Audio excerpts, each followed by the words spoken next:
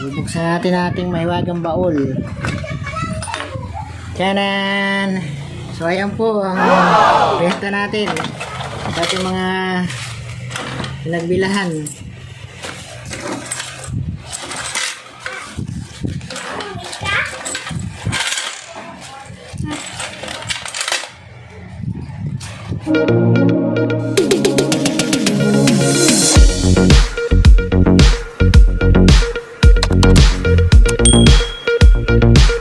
Magandang araw po mga kadiskarte. So ngayon po ay panibagong vlog na naman po tayo. So ngayon po ay final harvest na po tayo sa ating concrete pan. So ubusin na po natin ang ating mga alaga. So yan, tingnan po natin sila. Yan, so nagpapawala na po ako ng tubig. Yan, pinababaw ko na po. Ayan, so ewan ko lang po kung ilan pa yung makukuha natin dyan na isda. Pero sa tingin ko mayroon pa naman po dahil nga may mga gumagataw pa naman. May mga nakikita pa po ako. So baka makakuha pa tayo ng mga 10 kilo man lang dyan. Pwede pa po yun.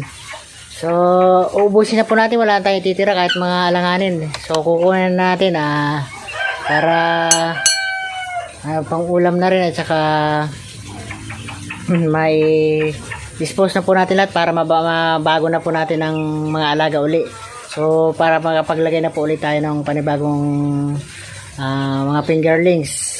So hintayin lang po natin na maubos yung tubig na yan para po makuha na po natin lahat ng ating mga alaga. Hintayin lang po ang ating tubig. Ayan.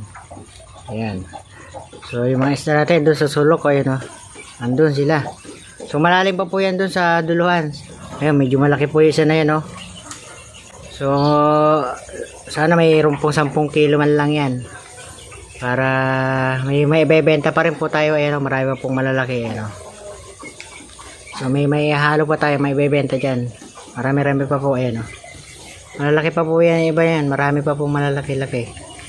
So sana abutin pa na kahit 5 kilo lang dahil nakaka 56 kilos naman po tayo. Umabot tayo ng 60, okay na. Maganda na. Tsaka malalaman po natin yung ating gastos, tsaka yung ating yung ating kabuuang gastos po ay makikita na po natin at magkano rin po yung ating kinita. Kung sakali man pong hindi tayo kumita, okay lang po sa akin dahil nga alam nyo naman po, walang po natin yan. Libangan ko lang po yan, tsaka talagang yung kinukuhanan ko lang po pag wala kaming ulam. So talagang natural lang din po yan sa nag-aalaga na sa kamukha nito. Talagang hindi naman to focus po ang pag-aalaga ko rito. Pero kung may kikita man tayo, okay lang. Dahil kung nakaraan po, nakakuha rin po tayo ng kahit kaunting kita lang din po. Ay masaya na po ako ron. So sana ngayon, so sa tingin ko naman po ay dahil nga po ito po yung ating listahan. So ito po, kinumpute ko na po ito sa ko. Kumita naman po tayo kahit papano. Pero papakita ko rin po sa inyo kung yung kabuuang gastos ko at saka yung ating kabuuang benta rin po. So nakaipon po lahat ng benta ko sa aking lalagyan. So bibilangin po natin yun. So hindi naman po pare-parehas po ang ating naging benta. Meron pong 100, merong 90, merong 80. So hindi po pare-parehas, kaya yung pagbabasehan lang po natin yung ating benta. Bibilangin po natin yun. Tsaka yung nailabas na natin na igastos nung nag-birthday si baby. So bibilangin din po natin yun. So hintay-hintay lang po tayo maubos po yung tubig na yan para maialis na po natin silang lahat yan. So ayan po yung mga alaga, naglalabasan na. Naglalabasan na sila. So ayan po. Marami pong malalaki, marami pa pong malalaki. So nakita po natin yung ibang malalaki. Naglalabasan po. So marami pa po pala talaga. So ngayon lang po natin mapapatuyuan yan. Hindi po natin pinatuyuan yan yung buhat mong umpisa tayo nag-harvest. So ngayon lang po. Ngayon lang natin siya maalisan ng tubig talaga. So ngayon malalaman natin kung gano'n na inabot, gano'n sila ka dami para sa ating kikitain at saka yung ating Binenta na namin benta. So ayan, kalalaki po. Pulahan. So ayan po. Lalaki po yun. Nasa ilalim. Ayan o. Yung pulahan po na yan. Napakalaki po yan. 5 finger po mahigit yan. Ayan o, dalawa. So ubusin na po natin lahat yan. Kaya makikita na po natin talaga yung ating mga alaga. Ayan, mga kadiskarte. Dahil po ngayon ay bibilangin na po natin yung ating kabuang napagbilan po sa ating mga tilapia. So ito po yung aking lalagyan. Ito. So dito po iniipon lahat ng aking mga pinagbibilan sa aking mga tilapia. So may nakuha na rin tayo dahil nung ginastos natin nung birthday ng aking baby. So kumuha tayo dito ng 1.5. 1.5 po yung aking nakuha rito. So bibilangin natin kung magkano po ang inabot nitong kabuang naibenta natin ng ating mga tilapia. So bibilangin po natin.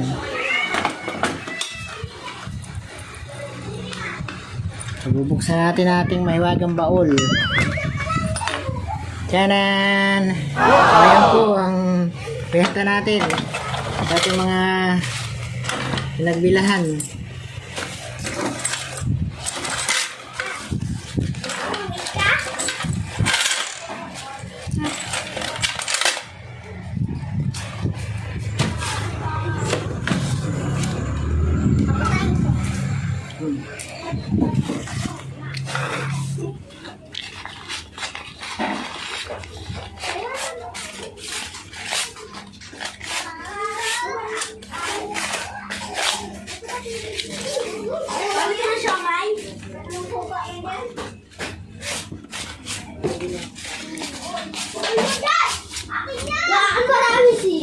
So inamag na po yung ating pera.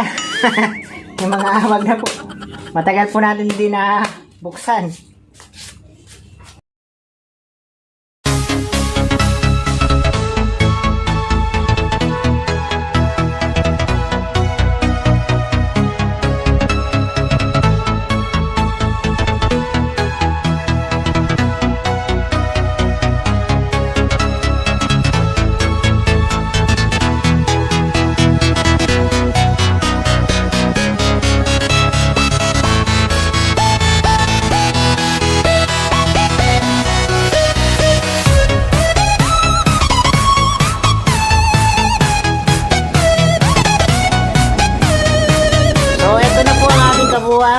Nabilang sa ating pera.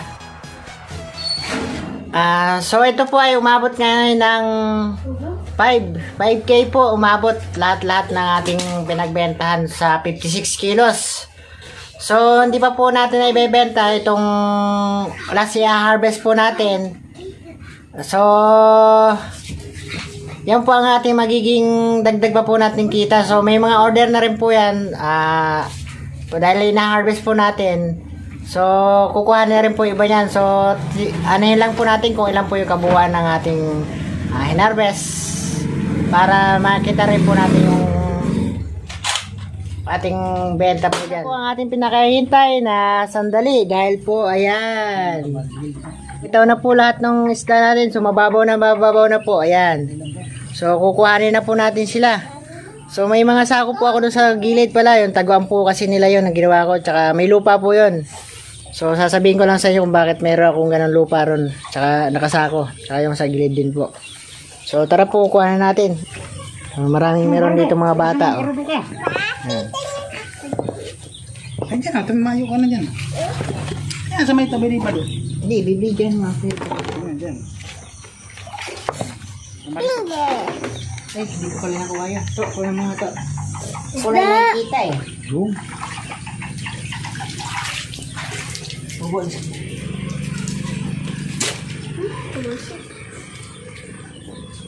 Si Bado. Kami pera si Bado. Totoo lang yan to. Ay, lupa. Lupa yun.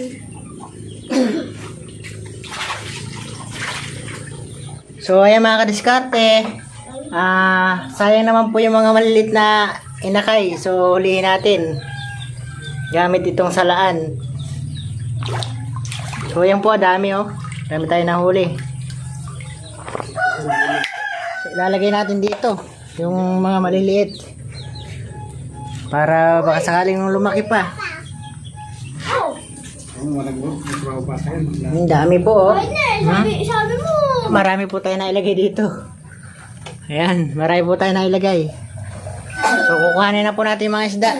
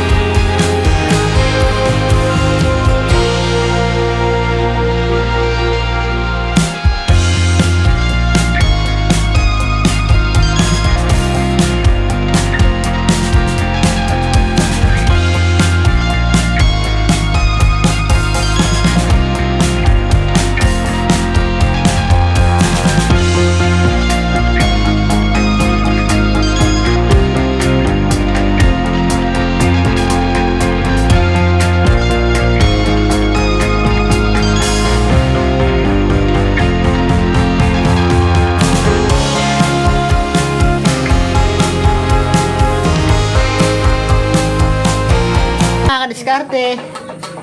Muntik pa mapuno itong ating lalagyan, oh. So, konti na lang po, puno na. Medyo maganda po mga sukat pa po nito. Tsaka mayroon pong malalaki pa sa ilalim. So, ito po lahat ng pambenta natin, oh. Marami pa po. Tsaka ito yung ating, mayroon naman pong 2 kilo. So, dito marami po mong natirang maliliit. So, iwan lang kung lalaki po yan.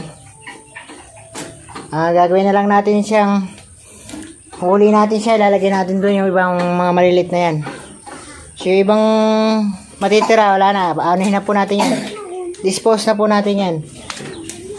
So ito na po yung ating magiging tubo. Ito na po.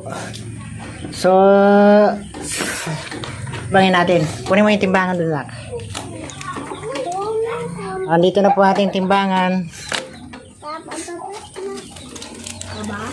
So, titimbangin po natin to kung ilan inabot. Yeah. 8 kilo. So, 8 kilo po. Ayan, 8 kilos po yung inabot itong natira natin. So, ito na po yung magiging tubo natin. Yung tsaka meron na rin po tayong tinubo dun sa una natin na ibenta. Dahil po yung kabuuan ng benta natin po na is 5K. So naging gastos po natin is yan nga po, yan naging gastos po natin. So okay naman po yung ano natin. So ito, dispose natin, pamimigay na po natin. So kumakait na po yan. So ayan po mga kadiskarte ang ating nakuha at ang kabuuan nating gastos. So, good news pa rin po kahit na sabihin pa natin na nabansot po yung iba natin dahil nga po, ayan, oh. So, tingnan nyo po yung naging tubig natin, ayan, ang babaw lang po, oh. Tapos, ito po, dito, ayan, naging tubig po natin, ayan, so, ganyan. So, sa isang araw po, lilinisin natin to. tsaka natin i-repair po ulit. O, so papakita ko po sa inyo para natin i-repair. At tsaka para paghahanda po natin para sa panibagong fingerlings ang ating ilalagay. Para makita nyo rin po kung paano natin ang proseso ng aking pagsisimula para ilagay po yung mga fingerlings na tuloy-tuloy yung paglaki nila para mabuhay sila ng tuloy-tuloy na. So, konti lang po ang yung mamatay ng mga alaga. So, ay, kukunin na po ng anak ko. Para, andyan na po yung ating buyer. Kukunin na rin po yung iba. So, nagpa-order na rin po kasi ako. So, iba na matitira, iwan sa rep para mabibili pa rin po yan dahil nga marami po ako mga suki sa naghahanap ng ating isda. So, good news pa rin po dahil nga po tayo ay kumita kahit papano, kahit na medyo nabasot ating mga alaga. So, ganun pa man, okay pa rin po. So, ayan po yung ating backyard na pag-harvest na hinarvest natin. Sasabay ko na po yung linagay ko rito 5 kasi may mga fingerlings naman tayong maliliit. So, parang hindi na po kainin yung mga maliliit yan. Kunin ko na po yung 5 pieces na linagay ko rito.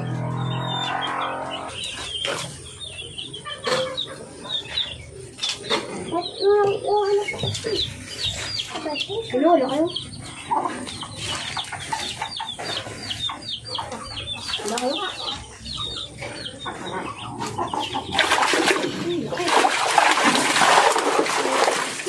Ito po, kinuha na natin yung 5 pirasong malalaki.